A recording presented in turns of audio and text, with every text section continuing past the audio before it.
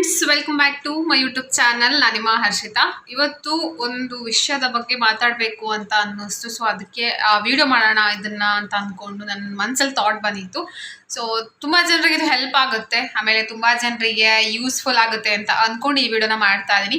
So ನಿಮಗೇನಾದರೂ ಈ video useful ಅಂತ ಅನ್ಸಿದ್ರೆ ಅಥವಾ ಇಷ್ಟ ಆಯಿತು ಅಂದರೆ ಪ್ಲೀಸ್ ಒಂದು ಲೈಕ್ ಮಾಡಿ, ಶೇರ್ ಮಾಡಿ, ಕಮೆಂಟ್ ಮಾಡಿ. ಹೊಸಬರಾಗಿದ್ದರೆ ದಯವಿಟ್ಟು ಸಬ್ಸ್ಕ್ರೈಬ್ ಮಾಡಿಕೊಂಡು ವಿಡಿಯೋನ ಕೊನೆ ತನಕ ನೋಡಿ. ಸೊ ನಿಮ್ಮ ಸಪೋರ್ಟ್, ನಿಮ್ಮ ಪ್ರೀತಿ ಯಾವಾಗಲೂ ಕೂಡ ಹೀಗೆ ಸದಾ ಇರಲಿ ಅಂತ ಕೇಳ್ಕೊತಾ ಇವತ್ತಿನ ವಿಡಿಯೋನ ತಡ ಮಾಡಿದ್ರೆ ಶುರು ಮಾಡ್ತಾ ಇದ್ದೀನಿ. ಸೊ ಏನಪ್ಪ ಅಂದರೆ, ಇತ್ತೀಚಿನ ದಿನಗಳಲ್ಲಿ ನೀವು ನೋಡ್ತಾ ಇರುವಂಥದ್ದು ಏನು ಅಂದರೆ, ತಂದೆ ತಾಯಿಗಳಿಗೆ ಹೊಡೆಯೋದು, ತಂದೆ ತಾಯಿಗಳನ್ನ ಮನೆಯಿಂದ ಹೊರಗಡೆ ಹಾಕುವಂಥದ್ದು, ಅವ್ರನ್ನ ಹೊಡೆದು ಬಡ್ದು ಆಸ್ತಿಗೋಸ್ಕರ ಜಗಳ ಸಾಕಷ್ಟು ನೋಡಿರ್ತೀವಿ. ರೀಸೆಂಟಾಗಿ ಒಂದು ಹೆಣ್ಮಗು ತಾಯಿಯನ್ನ ಹೊಡೆದು ಹೊರಗಡೆ ಹಾಕಿ ಹೊಡೆಯುವಂತಹ ದೃಶ್ಯವನ್ನ ಕೂಡ ನೀವು ಸಾಕಷ್ಟು ಇತ್ತೀಚಿನ ದಿನಗಳಲ್ಲಿ ನೋಡಿರ್ತೀರಾ. ಸೊ ನಾವು ಏನು ಮಾಡ್ತೀವಿ ಅಂತ ಅಂದರೆ, ಇಂತಹ ಘಟನೆಗಳು ನಡೀತಾ ಇದ್ದಾಗ ನೋಡ್ಕೊಂಡು ಸುಮ್ಮನೆ ಅಂದರೆ, ಇವಾಗ ಏನಾಗೋಗಿದೆ ಅಂದರೆ, ಒಂದು ವಿಡಿಯೋ ಸೋಷಿಯಲ್ ಮೀಡಿಯಾದಲ್ಲಿ ವಿಡಿಯೋ ಮಾಡಿ ಹಾಕುವಂಥದ್ದು ಅದೆಲ್ಲ ಒಂಥರ ಟ್ರೆಂಡಿಂಗ್ ಆಗೋಗಿದೆ. ಏನೇ ವಿಷಯ ಇರಲಿ, ಏನೇ ಆಗಲಿ, ಏನೇ ಮಾತಾಡಲಿ, ಒಂದು ಶೂ ಲೇಸ್ ಕಟ್ಟಲಿ, ಏನೇ ಆಗಲಿ ಎಲ್ಲನೂ ಕೂಡ ಇನ್ಸ್ಟಾಗ್ರಾಮಲ್ಲಿ ಹಾಕೋದು ಅಥವಾ ಒಂದು ಯೂಟ್ಯೂಬಲ್ಲಿ ಹಾಕ್ಕೊಳ್ಳೋದು ಎಲ್ಲನೂ ಕೂಡ ಅದೊಂಥರ ಟ್ರೆಂಡಿಂಗ್ ಆಗೋಗಿದೆ.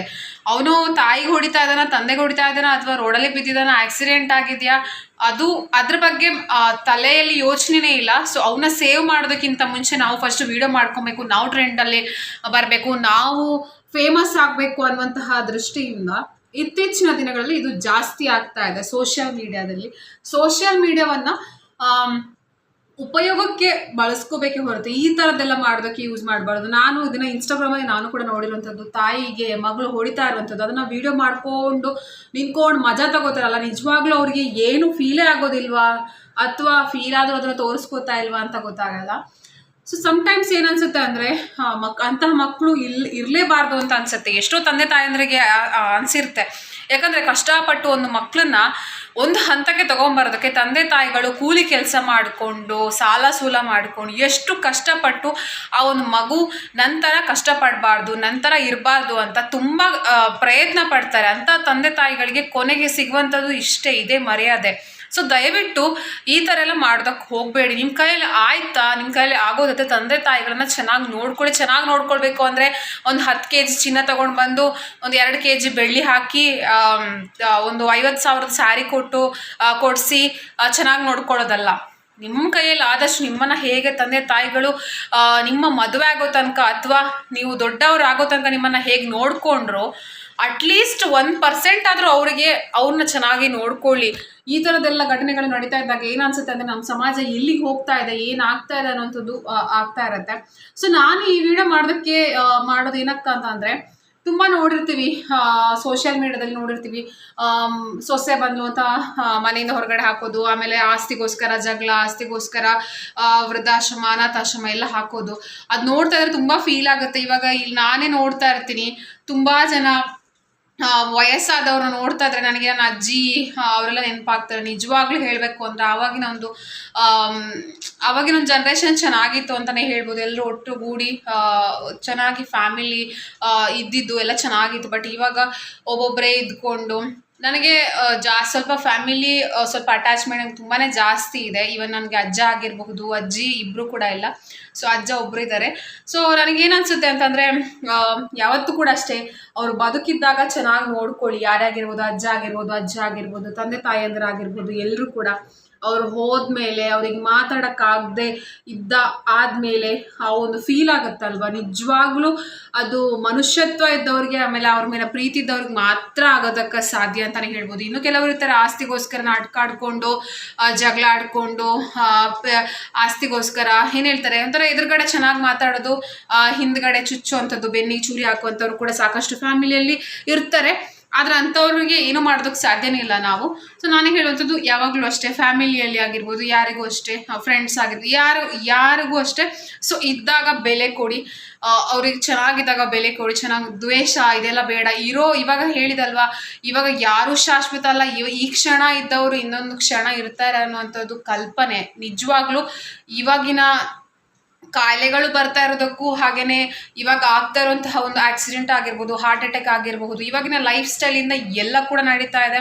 ಸೊ ಹಾಗಾಗಿ ಹೇಳ್ತಾ ಇರುವಂಥದ್ದು, ಇದ್ದಷ್ಟು ದಿನ ಚೆನ್ನಾಗಿ ಬದುಕಿ, ನೆಮ್ಮದಿಯಿಂದ ಬದುಕಿ, ಆಗೋದಾದರೆ 4 ಜನರಿಗೆ ಸಹಾಯ ಮಾಡಿ ಬದುಕಿ. ಸಹಾಯ ಮಾಡೋಕ್ಕಾಗಿಲ್ಲ ಅಂದರೂ ಕೂಡ ಇನ್ನೊಬ್ಬರಿಗೆ ನೋವನ್ನು ಖಂಡಿತವಾಗ್ಲೂ ಕೊಡಬೇಡಿ ಅಂತ ಕೇಳ್ತೀನಿ. ಸೊ ನನಗೂ ಅಷ್ಟೇ, ನನ್ನ ಅಜ್ಜ ಅಂದರೆ ನಾನು ಹೇಳಿದ ಹಾಗೆ ತುಂಬ ಪ್ರೀತಿ. ಸೊ ಆ ಒಂದು 2-3-4 ಮಂತ್ಸ್ ಬ್ಯಾಕ್ ನಾನು ಊರಿಗೆ ಹೋಗ್ತೀನಿ, ಮಾತಾಡ್ತೀನಿ, ಚೆನ್ನಾಗಿರ್ತಾರೆ, ಸಡನ್ನಾಗಿ ಬಿದ್ದು ಹೋಗ್ತಾರೆ.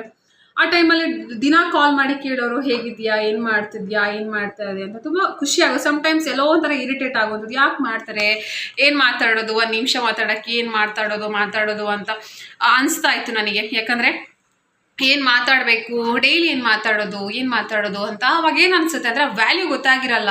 ಯಾಕೆ ಮಾಡ್ತಾರೆ ಇವರು ಅಂದರೆ ಅವರು ಪ್ರೀತಿಯಿಂದ ಮಾಡ್ತಾರೆ, ಆದರೂ ಕೂಡ ಅದರ ವ್ಯಾಲ್ಯೂ ಗೊತ್ತಾಗಲ್ಲ. ಸೊ ಹೋಗ್ತಾ ನಾನು ಹೇಳಿದ ಹಾಗೆ ಒಂದು ಏಜ್ ಆಯಿತು. ಏಜ್ ಅಂದರೆ ಮೋರ್ ದೆನ್ 80 ಆಯಿತು. ಆದರೂ ಕೂಡ ಚೆನ್ನಾಗಿ ಮಾತಾಡ್ತಿದ್ರು. ಸಡನ್ನಾಗಿ ಬಿದ್ದುಬಿಟ್ಟು ಆಮೇಲೆ ಸಡನ್ನಾಗಿ ಮೆಮೊರಿ ಲಾಸ್ ಆಗಿರೋರ ಥರ ಆಗೋಯಿತು. ಆಮೇಲೆ ಸಮ್ಟೈಮ್ಸ್ ನಾನು ಯಾರು ಅಂತಲೇ ಗೊತ್ತಾಗಲ್ಲ. ಇವಾಗ ಹಂಬಲಿಸ್ತಾ ಇರ್ತೀನಿ. ಏನಂದರೆ ನಂತರ ಮಾತಾಡಬೇಕು, ನನ್ನ ಹೆಸರು ಹೇಳಬೇಕು ಅಂತ. ನನಗೆ ತುಂಬ ಪ್ರೀತಿ, ನಾನು ಅವ್ರ ಜೊತೆ ಬೆಳೆದು ಬಂದಿರೋವಂಥದ್ದು. ಸೊ ಹಾಗಾಗಿ ಅಜ್ಜ ಅಜ್ಜಿ ಅಂದರೆ ತುಂಬ ಪ್ರೀತಿ ನನಗೆ. ನಾನು ಅಲ್ಲೇ ಮದುವೆ ಆಗೋ ತನಕ ನಾನು ಅವ್ರ ಜೊತೆ ಇದ್ದು ಬಂದಿರೋಳು. ಸೊ ಹಾಗಾಗಿ ಇವಾಗ ಇಲ್ಲ ಅನ್ಸುತ್ತೆ ಅಂದರೆ ಆವಾಗ ಟೈಮ್ ಕೊಡಬೇಕಿತ್ತು, ಅವಾಗ ನಾನು ಈ ಥರ ಯೋಚನೆ ಮಾಡಬಾರ್ದಿತ್ತು. ಬಟ್ ಇವಾಗ ಹೆಸರು ಹೇಳೋದಕ್ಕೆ, ನನ್ನ ಜೊತೆ ಮಾತಾಡೋಕ್ಕೆ ಅವ್ರ ಕೈಯಲ್ಲಿ ಆಗ್ತಾ ಇಲ್ಲ ಅಂತ ಅವಾಗ ಥಾಟ್ ಬಂದಿದೆ. ಏನು ಅಂದರೆ ಚೆನ್ನಾಗಿದ್ದಾಗ ಚೆನ್ನಾಗಿ ನೋಡ್ಕೊಳ್ಬೇಕು, ಚೆನ್ನಾಗಿ ಮಾತಾಡಬೇಕು, ಖುಷಿಯಾಗಿರಬೇಕು. ಬಟ್ ಎಷ್ಟು ಎಮೋಷ್ನಲ್ ಆಗಿ ಹೋಗಬಾರ್ದು, ಯೋಚನೆ ಮಾಡಬಾರ್ದು. ವಯಸ್ಸಾಯಿತು ಅಂತ ಅಂದ್ಕೊಂಡ್ರು ಕೂಡ ಆ ಪ್ರೀತಿ ಅನ್ನುವಂಥದ್ದು ಎಲ್ಲೂ ಹೋಗಲ್ಲ ಯಾವತ್ತೂ ಅಷ್ಟೇ. ನಾನು ನಿಮಗೂ ಹೇಳುವಂಥದ್ದು ಅಷ್ಟೇ, ಅವರಿದ್ದಷ್ಟು ದಿನ, ವಯಸ್ಸಾದವ್ರ ಮನೇಲಿ ಹಿರಿಯರಿದ್ದಷ್ಟು ದಿನ ಚೆನ್ನಾಗಿ ನೋಡ್ಕೊಳ್ಳಿ. ಯಾವತ್ತೂ ಕೂಡ ಅವರಷ್ಟು ಪ್ರೀತಿನ ಯಾರ ಕೈಲೂ ಕೊಡೋಕ್ಕಾಗಲ್ಲ.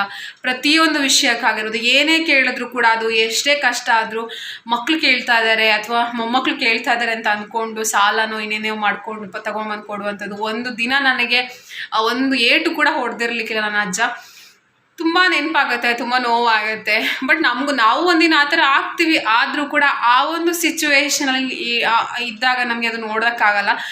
ಕೆಲವರು ತುಂಬ ಸ್ಟ್ರಾಂಗ್ ಮೈಂಡೆಡ್ ಆಗಿರ್ತಾರೆ. ಬಟ್ ನಾನು ಅಷ್ಟೊಂದು ನಿಜವಾಗ್ಲೂ ಸ್ಟ್ರಾಂಗ್ ಮೈಂಡೆಡ್ ಅಲ್ಲ. ಸಮ್ಟೈಮ್ಸ್ ಇರ್ತೀನಿ, ಯೋಚನೆ ಮಾಡಬಾರ್ದು, ಎಷ್ಟು ಬೇಕು ಅಷ್ಟೇ ಇರಬೇಕು. ಫ್ಯಾಮಿಲಿ ವಯಸ್ಸಾಯಿತು ಅಂತ ಅಂದರೂ ಕೂಡ ಅದೇನೋ ಒಂಥರ ಎಮೋಷ್ನಲಿ ಕಿಲ್ ಆಗುತ್ತೆ. ಅಂದರೆ ನನಗೆ ಒಂಥರ ಏನಾಗುತ್ತೆ ಅಂದರೆ ತುಂಬ ಯೋಚನೆ ಆಗುತ್ತೆ, ತುಂಬ ನೆನಪಾಗುತ್ತೆ. ಅದಕ್ಕೆ ಹೇಳುವಂಥದ್ದು, ಯಾರು ಕೂಡ ತಂದೆ ತಾಯಿ ಆಗಿರ್ಬೋದು, ವಯಸ್ಸಾಗಿರೋರಿಗೆ ಮರ್ಯಾದೆ ಕೊಡಿ. ಯಾವತ್ತೂ ಕೂಡ ಬೀದಿಯಲ್ಲಿ ಹಾಕೋದಕ್ಕೆ ಹೋಗಬೇಡಿ. ಯಾವತ್ತೂ ಅಷ್ಟೇ ನಿಮ್ಮ ಕೈಲಿ ಆಗುವಷ್ಟು ಅವ್ರನ್ನ ಚೆನ್ನಾಗಿ ನೋಡ್ಕೊಳ್ಳಿ. ಎಷ್ಟು ದಿನ ಬದುಕ್ತಾರೆ ಅಷ್ಟು ದಿನ ಚೆನ್ನಾಗಿ ನೋಡ್ಕೊಳ್ಳಿ. ಬೈಯುವಂಥದ್ದು, ಹೊಡೆಯುವಂಥದ್ದು, ಮನೆಯಿಂದ ಹೊರಗಡೆ ಹಾಕುವಂಥದ್ದು ಇದೆಲ್ಲ ಬೇಡ. ಯಾಕಂದರೆ ನಮಗೂ ಮಕ್ಕಳಿರ್ತಾರೆ, ನಮ್ಗತಿ ಏನು ನಾಳೆ ಅನ್ನೋದು ನಮಗೆ ಗೊತ್ತಿರೋದಿಲ್ಲ. ಯಾಕಂದರೆ ಇದನ್ನೆಲ್ಲ ಕೆಲವು ನಾವು ಕಣ್ಣು ಎದುರುಗಡೆ ನೋಡ್ತಾ ಇರ್ತೀವಿ. ಹೊಡೆಯುವಂಥದ್ದು, ಬಡಿಯುವಂಥದ್ದು, ಮನೆಯಿಂದ ಹೊರಗಡೆ ಹಾಕುವಂಥದ್ದು, ಅವ್ಯಾಚ ಶಬ್ದಗಳಿಂದ ನಿಂದನೆ ಮಾಡುವಂಥದ್ದು ಸಾಕಷ್ಟು ನೋಡಿರ್ತೀವಿ.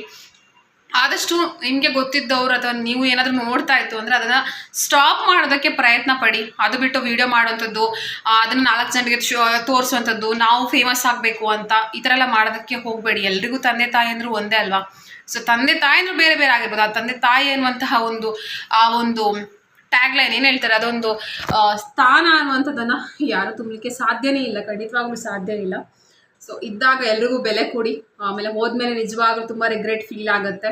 ಸೊ ನಾನು ಹೇಳಿದ ಹಾಗೆ ನನಗೂ ಕೂಡ ಏನೋ ಒಂಥರ ಫೀಲ್ ಆಗುವಂಥದ್ದು ಇತ್ತೀಚೆಗಂತೂ ಸಿಕ್ಕಾಪಟ್ಟೆ ಆಗ್ತಾ ಇದೆ. ಯಾವ ವೀಡಿಯೋನು ಮಾಡೋಕ್ಕಾಗ್ತಿಲ್ಲ, ಏನು ಮಾಡೋಕ್ಕಾಗ್ತಾ ಇಲ್ಲ.